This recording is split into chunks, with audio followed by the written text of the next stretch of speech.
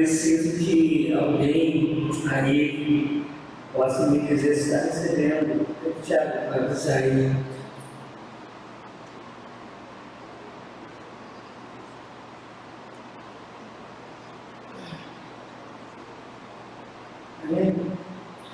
Bem, foi avisado aqui que vocês estão me ouvindo, que está tudo bem, e eu vou pegar até sem ver vocês. Gostaria muito de estar presente, tentei descer, mas a minha esposa não desceu e não deixou. E eu peço perdão a vocês, eu quero começar esse momento pedindo perdão por esse curto tempo, que eu estou e ficarei com vocês. Não pude trabalhar, me dedicar como eu gostaria, porque a bactéria que eu acabei adquirindo numa cirurgia, que era para ser algo simples, essa bactéria me impossibilitou de muitas coisas e continua me impossibilitando. Hoje, essa última cirurgia, só para que a igreja saiba, eu estou sem prótese dentro de mim, não tenho nenhum fêmur, não tenho nenhuma a parte da cabeça do fêmur, eu estou dentro de mim com um espaçador, que é um objeto que fica com remédio, constantemente jogando remédio no local para matar a bactéria. E dia 23 eu vou saber quando que eu operarei de novo para colocar uma nova prótese. Então quero pedir perdão a vocês por não ter sido tão presente, tão dedicado como Deus sabe que eu gostaria de ser e costumo ser. Mas eu quero crer que dessa vez essa bactéria será eliminada em nome de Jesus. Até porque na próxima cirurgia eu vou estar entrando na 5ª cirurgia. Então, o meu corpo mesmo acho que já está meio cansado disso. E também sei que muitas das coisas que dessa caminhada, estou dizendo isso, gente, porque eu não sei mais quantas vezes eu poderia estar pegando aqui para vocês. E eu sei que muitas das coisas que eu preguei e prego, para muitos foi algo afrontoso, para outros foi algo de surpresa, de novidade. Mas eu quero dizer para vocês que eu sempre fiz crendo na fidelidade da palavra de Deus, como já disse outras vezes. Eu sempre procurei fazer, mostrando vários versículos bíblicos, alguns temas que foram muito difíceis para alguns entenderem. Eu fiz estudos e coloquei na internet, não sei quantos leram, mas meu desejo sempre e foi fazer com que a igreja, como um todo, por onde eu passo, ela tenha fome e sede da palavra de Deus, para crer tão somente em Deus, tão somente na palavra, tão somente em Jesus. Eu lembro que Martinho Lutero, ele disse que é a palavra que guia a igreja, que direciona a igreja, e não a igreja que diz para a palavra aquilo que pode e não pode. E a passagem que eu quero pregar hoje é uma passagem, para mim particularmente, uma das mais ricas dos ensinamentos de Jesus depois do Sermão do Monte. É uma passagem onde normalmente eu dou um estudo que, baseado nesse capítulo, que é o capítulo 16 de Mateus, eu já te convido então para abrir aí em Mateus 16, a partir do versículo 13. É uma passagem que eu fico praticamente um ano dando estudo, então somente em cima desse capítulo, ou a partir desse capítulo, tendo esse capítulo como base. E meu desejo, como eu disse tantas outras vezes, é que você possa abrir seu coração e a sua mente para poder deixar a palavra deixar o Espírito do Senhor falar no seu coração. A vocês que nos visitam, paz e bem, boa noite, que a paz e o bem que vem da parte de Jesus, porque só Jesus dá paz, que excede todo entendimento, e só Jesus sabe de fato o que é bem para nossas vidas, pode invadir o seu coração. Então vamos lá, Mateus 16, do verso 13 até o verso 19. Mateus 16, do verso 13 até o verso 19. Diz assim a palavra do Senhor: chegando Jesus à região de Cesareia de Filipe, perguntou aos seus discípulos: quem os outros dizem que o Filho do Homem é? Eles responderam: alguns dizem que é João Batista, outros Elias, e ainda outros Jeremias ou um dos profetas. E vocês? Perguntou ele: quem vocês dizem que eu sou?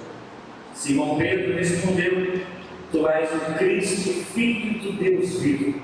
Respondeu Jesus: feliz é você, Simão, filho de Jonas, porque isto não foi revelado a você por carne ou sangue, mas por meu Pai que está no céu.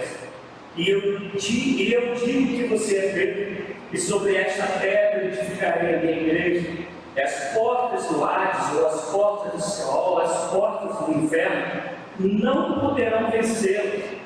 Eu darei a você as chaves do reino dos céus. O que você ligar na terra terá sido ligado nos céus. O que você desligar na terra terá sido desligado nos céus. Então, advertiu aos seus discípulos que não contassem a ninguém que ele era o Cristo. Acabei lendo até o 20.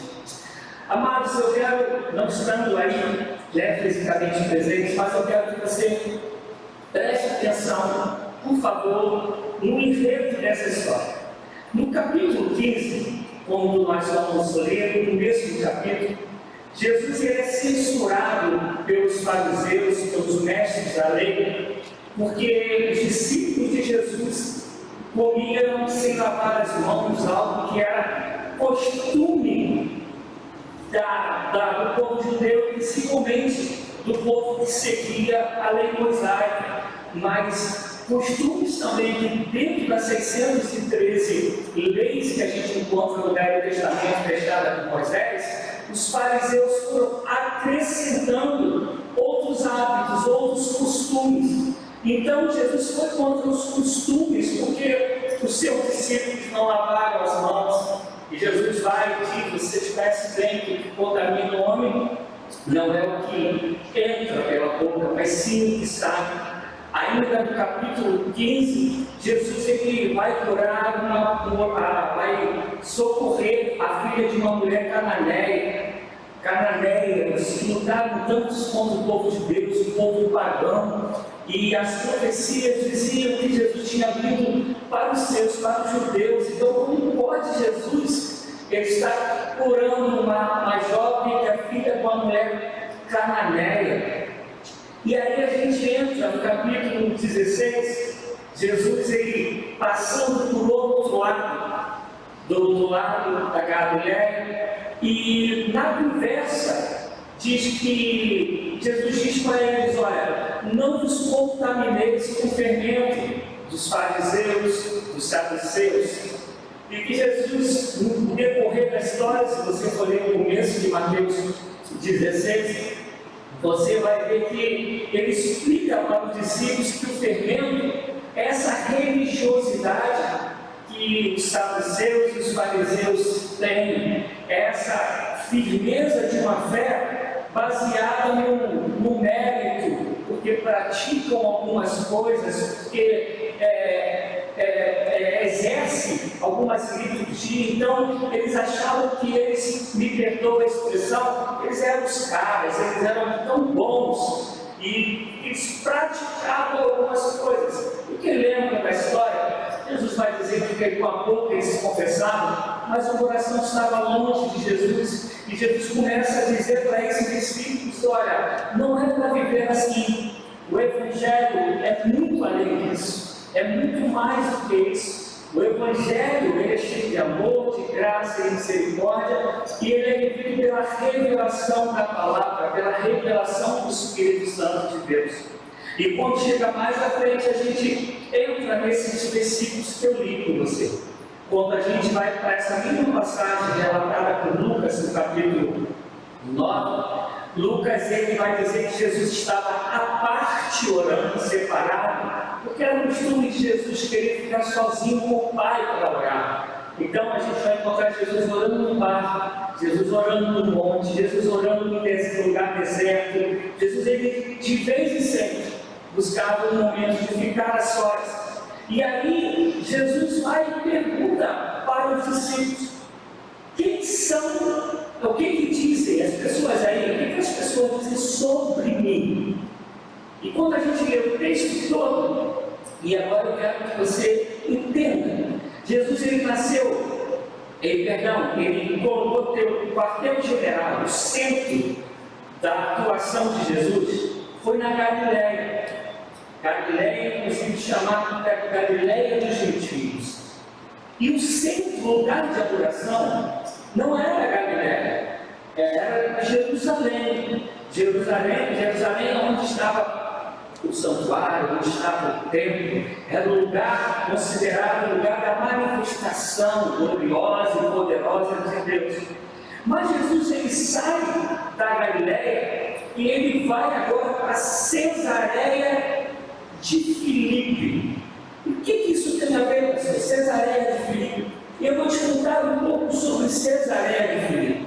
Até hoje, se você for ver as ruínas, até o dia de hoje, de Cesareia de Filipe, você vai ver que lá havia um templo de adoração ao Deus Pan. Inclusive, antes de se chamar Cesareia de Filipe, lá se chamava Pânias, que é desse Deus Pan. Quem gosta de desenho animado, que é um pouco da minha época aí, né, dos anos 80, 90, vai lembrar que havia uma figura mística nos desenhos, que ele era metade bode e metade homem, que tocava uma flauta. Esse é o Deus Pan, era um Deus que ao mesmo tempo ele era visto como alguém que era gracioso, porque tocava as músicas, mas ele também era o Deus que causava medo, ele era o Deus dos bosques, das florestas, ele era o Deus que as pessoas tinham medo de passar nas florestas por causa dele, por causa do Deus Pan. Inclusive, é por causa desse Deus Pan que nós temos a palavra pandemia, pânico, essas palavras que dão essa sensação da nossa sensação de medo, ela vem do Deus Pan. Nesse lugar de adoração ao Deus Pan, também tinha um lugar de adoração, creiam você ou não, por causa do Deus Pan, que era do corpo dos bodes dançantes. Tinham bodes que eram treinados, essa história conta, para poder dançar e serem adorados. Isso tudo por causa do Deus Pan. Nesse mesmo lugar, tinha também um lugar de adoração, um templo Artemis, que era ao mesmo tempo a deusa da justiça e a deusa da vingança. Esses templos todos juntos ali em Cesareia de Filipe. Mais tarde, inclusive, depois de Cristo, ali também coloca um lugar de adoração, um templo de adoração aos imperadores romanos. E é nesse lugar dali do Cesareia de Filipe que também tem onde chamavam de Hades, de inferno, de Seol.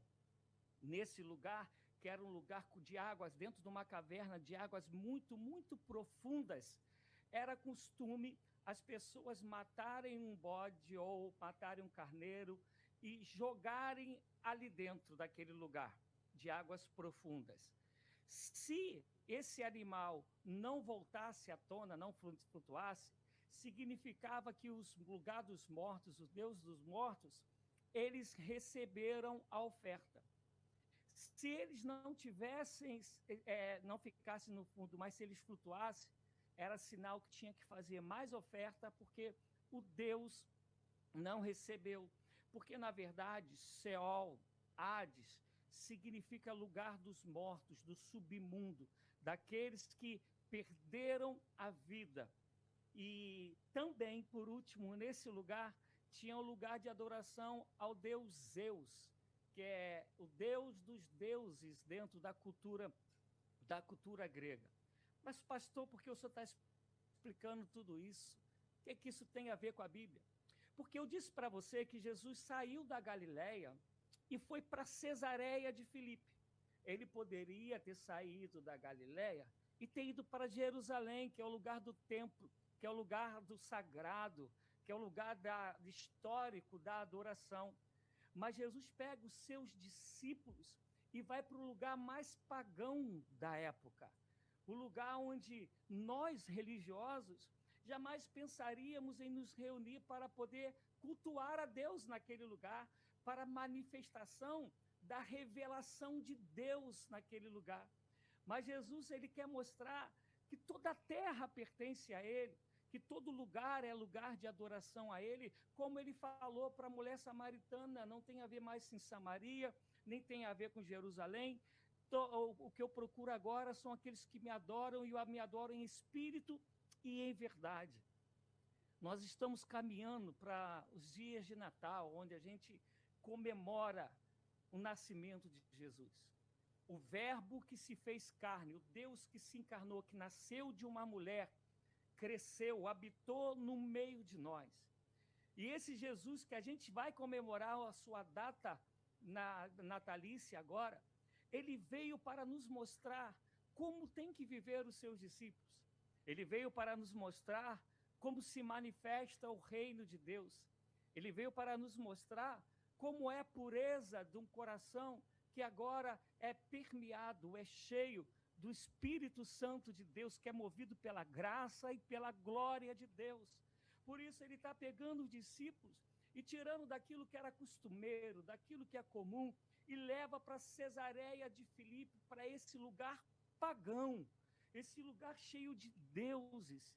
E aí, nesse lugar, que diz, chegando à região de Cesareia de Filipe, ele perguntou, quem dizem os outros que eu sou? E aí tem as respostas.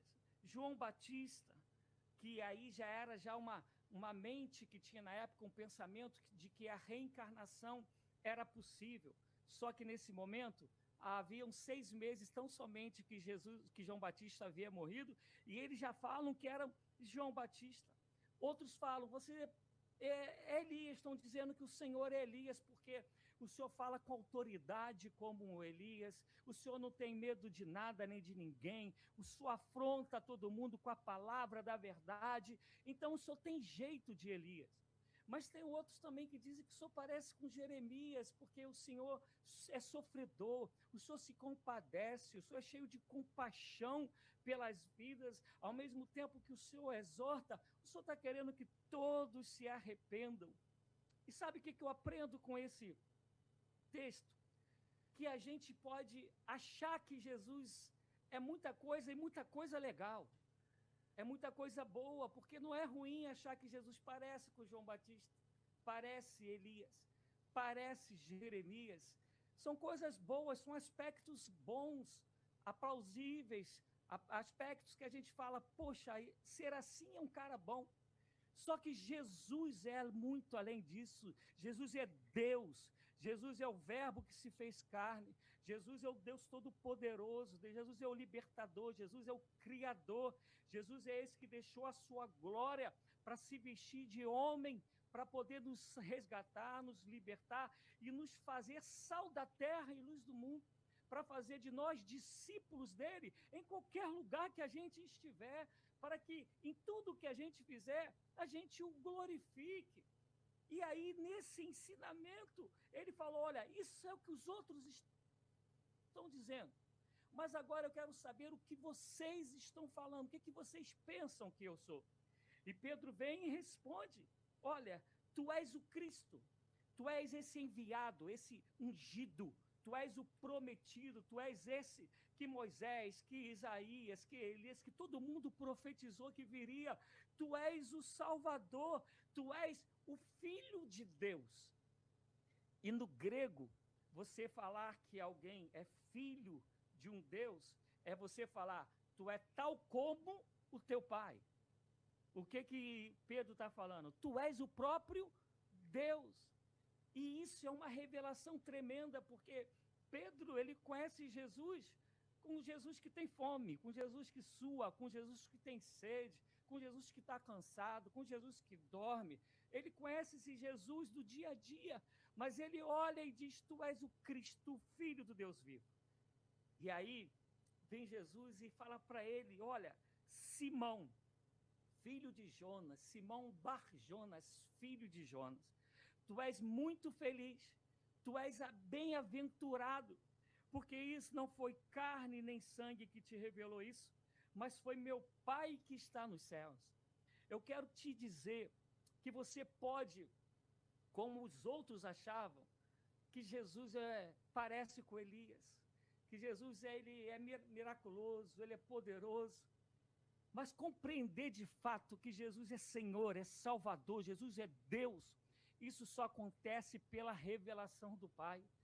Louvado seja Deus, isso não acontece de maneira cognitiva, isso não acontece pegando um caderninho, estudando, é só se o Senhor revelar que a gente vai declarar, não somente com a boca, mas com toda a nossa vida, de que Jesus é Deus, de que Jesus é Senhor, que a glória dele ele não divide com ninguém, que Jesus basta, que Jesus é suficiente, que Jesus é o nome que é sobre todo o nome, que Jesus é libertador, que só há vida e perdão nele, só há paz se for nele, e crendo piamente nisso, a gente se rende a ele. Isso não vem por estudo, isso é revelação do Pai, e Jesus fala, tu és feliz, Simão, porque foi o Pai que revelou. Mas aí ele continua dizendo, olha, e eu te digo que tu és Pedro, já mudou o nome, não é mais Simão, é Pedro, a palavra Pedro, Petrus, significa fragmento de pedra, e Jesus está falando, tu és Pedro, e nessa consciência que tu está tendo, Pedro, de que eu sou o Senhor, de que eu sou o Messias, através de você, e se você der um pulo depois para ler, lá em Mateus 18, onde de novo aparece a palavra igreja, que a palavra igreja só aparece dentro dos 4 evangelhos, só aparece em Mateus, aqui está falando diretamente para Pedro, quando você vai a Mateus 18, está falando para todos os discípulos, ele está falando nessa convicção que tu estás afirmando, que foi revelação do Pai, de que eu sou Cristo, sou ungido, sou o Messias, sou o Salvador, sou o libertador, é nessa base que eu vou edificar a minha igreja. Há uma confusão, uma discussão muito grande, inclusive entre os católicos que vão afirmar que Jesus está falando que Pedro que é a pedra. Mas se você for ler lá em 1 Pedro 2:5, se eu não me engano, do 5-8 ou 5-9, Pedro vai dizer que Jesus é a pedra. O próprio Pedro diz que Jesus é a pedra angular, é a pedra de esquina. Eu não estou abrindo aqui as passagens, né, porque eu não vejo vocês, a gente ainda tem ceia, mas vai gravando isso, então abre aí, 1 Pedro 2,5, você vai ver Pedro falando que Jesus Cristo é a pedra de esquina, é a pedra angular, é nessa pedra que a igreja existe. Preste atenção, a igreja ela não existe por causa de dogmas, a igreja ela não existe por causa de ritos, a igreja somos nós que nos reunimos como povo de Deus para adorá-lo e para fazer a obra dele, e nós estamos firmados na certeza, na convicção de que Jesus é o Messias, que Jesus Cristo é o Senhor, de que Jesus Cristo é o poderoso, é aquele que tem poder para perdoar os pecados, é aquele que é o único, que é o caminho, a verdade e a vida, e ninguém consegue ao Pai se não for através dele, que Jesus Cristo é o único mediador, é a única ponte entre Deus e o homem, que Jesus Cristo é esse que Deus estava nele, como diz Paulo, reconciliando com o próprio Pai, a mim e a você e a todo que nele crê, louvado seja Deus. E aí ele está dizendo sobre esta certeza, afirmação, essa espiritualidade que você recebeu do meu Pai, eu estou dizendo que eu vou edificar a minha igreja. E aí ele vai dizer que as portas do inferno não prevalecerão. Mas antes, eu quero que tu lembres uma coisa. As portas do inferno, ele está falando isso em Cesareia de Filipe, onde o pessoal cria que lá dentro estavam os mortos, então fariam oferendas para ver se agradava, para quando a própria pessoa morrer, ela pudesse ir para um lugar bacana, para um lugar sem sofrimento. E aí Jesus está dizendo, olha, as portas do inferno não vão prevalecer contra a igreja do Senhor. Sabe por que elas não vão prevalecer? Porque ele está dizendo que eu estou te dando a chave dos céus. E o que ligares na terra será ligado no céu, o que desligares na terra será desligado nos céus. Sabe que Jesus está convocando a gente como igreja? Ele está dizendo, a partir da igreja, o evangelho vai ser pregado. E todo aquele que nele crê, que crê em mim, que eu sou o Messias, está dizendo Jesus, será tirado do inferno e será agora lançado nos braços do Pai, terá agora o nome escrito no livro da vida, os seus pecados serão perdoados e passou agora da morte para a vida eterna. Todavia, aquele que não crê, esse será desligado, porque a mensagem foi pregada e ele não creu. E onde que acontece isso de maneira assim gritante? É quando acontece Atos 2, o derramado Espírito que capacita a igreja para viver isso, que Pedro se levanta e prega. E a pregação dele liga, derruba as portas do inferno para libertar os cativos, fazendo com que a pessoa agora esteja ligada direto ao Pai. Mas eu creio que havia muito mais pessoas lá que não creram. E essas pessoas, por não crerem, estavam já desligadas, porque é o que Jesus diz, aquele que crer e for batizado será salvo. Aquele que não crê já está condenado, não vai ser, já está condenado. E Jesus nos deu essa autoridade vinda dele, se nós de fato exercermos o papel de igreja. E preste atenção, essas revelações profundas, que é a primeira vez que Jesus quer usar a palavra igreja, é quando Pedro recebe a revelação, é quando Jesus fala que está dando a chave, que está dando autoridade para ligar e desligar. Isso acontece no lugar pagão, isso acontece no lugar cheio de ídolos, isso acontece no lugar onde o povo, que inclusive é nesse mesmo lugar, que é curada a mulher do fluxo de sangue, aqui em Cesareia de Filipe. É nesse lugar onde normalmente os religiosos vão dizer, isso não é lugar para a gente ir. Ou então, olha, como a gente vai prestar um culto a Deus nesse lugar? Ou então, como Deus vai trazer revelação dos céus no lugar desse? Então, a gente começa a dizer que há ambientes exclusivos para Deus se manifestar. E Deus está falando, onde a minha igreja estiver reunida, onde for, crendo que eu sou o Messias, eu vou me manifestar, a minha graça vai se manifestar, a minha glória vai se manifestar, o meu poder vai se manifestar, porque eu sou o Cristo, o Messias, o Senhor e Salvador, louvado seja Deus. A gente precisa entender no que a Bíblia diz, a gente precisa crer piamente na Bíblia. Eu e você, e eu vou falar, eu e qualquer pastor, jamais faríamos isso. Se tem um lugar que a gente ia escolher para ter revelação de Jesus, revelação do Pai, não seria Cesareia de Filipe, a gente ia lá para Jerusalém, a gente ia entrar no pátio do templo, e lá no pátio do templo ia falar, agora vai acontecer revelação, agora vai haver manifestação. Não estou dizendo que não haja nos nossos encontros na igreja, como estou aqui pregando para vocês, e quero crer que a graça de Deus está se manifestando desde o começo na tua vida. Mas eu estou te dizendo que a igreja é muito mais do que isso. Ela foi chamada para muito mais do que isso. Eu quero te dizer que todo lugar é lugar de glorificar a Deus. Hoje eu compartilhei um vídeo, e eu não me lembro de que lugar da África que era, onde crianças de joelho debaixo de uma chuva, cultuando ao Senhor, adorando o Senhor na chuva, não tinha lugar construído, não tinha um teto sobre a cabeça, e elas de olhos fechados, adorando a Deus, cultuando a Deus. É essa igreja que Deus chama, essa igreja que Jesus Cristo levantou. É por isso que tu olhas para a Bíblia, se você lê a Bíblia com fidelidade, querendo deixar o Espírito da palavra te convencer, você vai ver que as adorações acontecem nos lugares mais inoportunos. Você vai ver que quando Jacó ele tem revelação, ele está dormindo fugido, todo errado, porque enganou o pai, enganou o filho, enganou, perdão, o irmão, está com a cabeça numa pedra, e ele vê os céus abertos, anjos subindo e descendo.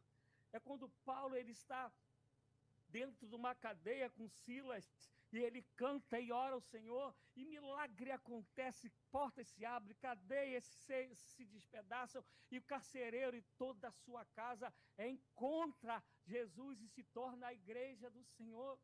A gente vai ver Deus buscando Davi atrás das ovelhas. A gente vai ver Deus buscando Isaías, dentro do palácio. Deus é assim, toda a terra pertence a Ele, e Ele quer que qualquer um que entenda que Ele é o Messias e o Salvador, saia por esse mundo, derrubando as portas do inferno, porque Ele já nos deu autoridade, e dizendo, só o Senhor pode trazer da morte para a vida, só o Senhor pode libertar, só Jesus Cristo pode perdoar os pecados. Se a gente não entender isso, amados, a gente vai continuar como os fariseus e saduceus, que armaram uma cilada para poder levarem Jesus até a cruz e o crucificarem. E eles não fizeram isso porque eles queriam que se cumprisse uma profecia. Eles queriam isso porque Jesus estava incomodando, porque Jesus estava indo contra costumes, religiosidades que eles viviam. Porque eu repito, lembra lá do capítulo 15 o que acontece? Como eu desejo, amado, que nós, a igreja do Senhor, tenhamos um prazer tremendo de nos reunirmos como vocês estão aí, eu daqui, reunidos no lugar separado para a gente ser comunidade do Senhor, para a gente poder ser realmente povo de Deus. E eu quero muito. Minha filha está aqui me mandando mensagem, não sei se minha esposa pode ler, que eu não consegui acompanhar. Mas eu quero muito que a gente entenda isso, que esse lugar da comunhão é totalmente bíblico, e como eu amo a unidade do povo de Deus. Mas que Jesus é muito mais, e Jesus nos chamou para muito mais.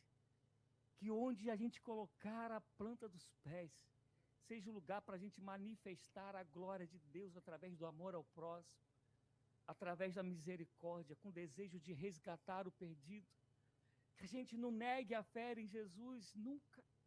Que a gente compreenda que Jesus não precisa de costumes e tradições, ainda que elas possam existir, mas Ele não precisa Ele vai além disso. A gente precisa compreender que o Espírito Santo de Deus, ele é livre, como Jesus falou para Nicodemos, em João 3,8, o Espírito é livre, ele sopra onde quer, ouve-se a sua voz, mas não sabe de onde vem, nem para onde vai. Assim é todo aquele que é nascido do Espírito. Deixa eu ver se minha esposa fala o que... É só para dizer que já está acabando. E, amados, eu vou ter que acabar, mas como eu falei para vocês no começo, esse capítulo como base, eu normalmente dou estudo de um ano, porque ele é rico demais, eu explico quem são os saduceus, os fariseus e por aí vai. Mas eu vou orar agora, desejoso que o Espírito Santo complete no teu coração aquilo que eu não alcancei. Desejoso que você ame a palavra e deixe a palavra falar contigo, não tu falares para a palavra o que tu queres. Que a gente compreenda que a palavra que rege a nossa fé e a nossa maneira de viver e de cultuar a Deus. A vocês que nos visitam, perdoem qualquer coisa que eu tenha dito, que talvez vocês não tenham ouvido aqui essa noite, esperando uma palavra dessa, talvez fosse outra, mas eu quero te dizer que essa comunidade é um lugar maravilhoso para você estar presente. Se você não tem uma igreja, faça desse lugar, dessa comunidade, a tua igreja, o teu povo. Senhor, eu quero entregar em tuas mãos cada vida, Senhor Deus, que ouviu e que vai ouvir essa mensagem. O Senhor sabe que não foi de maneira muito confortável pregar com dor, pregar sem ver os meus irmãos, mas como eu amo, Senhor, falar de Ti. E como eu desejo, Senhor, que eu possa ter sido um instrumento em Tuas mãos, para que, Senhor Deus, o Senhor ministre sobre cada coração, trazendo libertação, edificação, cura, transformação de vidas, entendimento da revelação de Cristo Jesus. Que o Senhor salve, Deus, o perdido, que o Senhor liberte, Senhor Deus, aqueles que não estão presos em tantas amarras da religiosidade, que teu nome seja glorificado e que a sua igreja tenha o prazer em se reunir para te adorar em um só coração, mas e sair para te servir, fazer com que todos saibam que só o Senhor é Deus. Senhor, apresento a Ti os elementos que aí estão, o pão e, Senhor, o cálice, que queremos que eles sejam de edificação para as nossas vidas, porque vão participar da ceia que o Senhor nos convidou, que o Senhor estabeleceu pela comunhão do Espírito Santo e por todo o seu oferecimento na cruz do Calvário e pela ressurreição que o Senhor também nos deu, nos confiou, nos outorgou. Aceita as nossas vidas sentado à mesa com o Senhor e que esses elementos sejam para a edificação das nossas vidas. Assim eu oro e te agradeço, em nome de Jesus. Paz e bem, meus amados. Uma boa noite a todos e até a próxima, que eu não sei quando vai acontecer. Se tivesse alguns homens fortes aí, eu pediria para vir aqui me buscar na cadeira, mas minha esposa também não deixa, que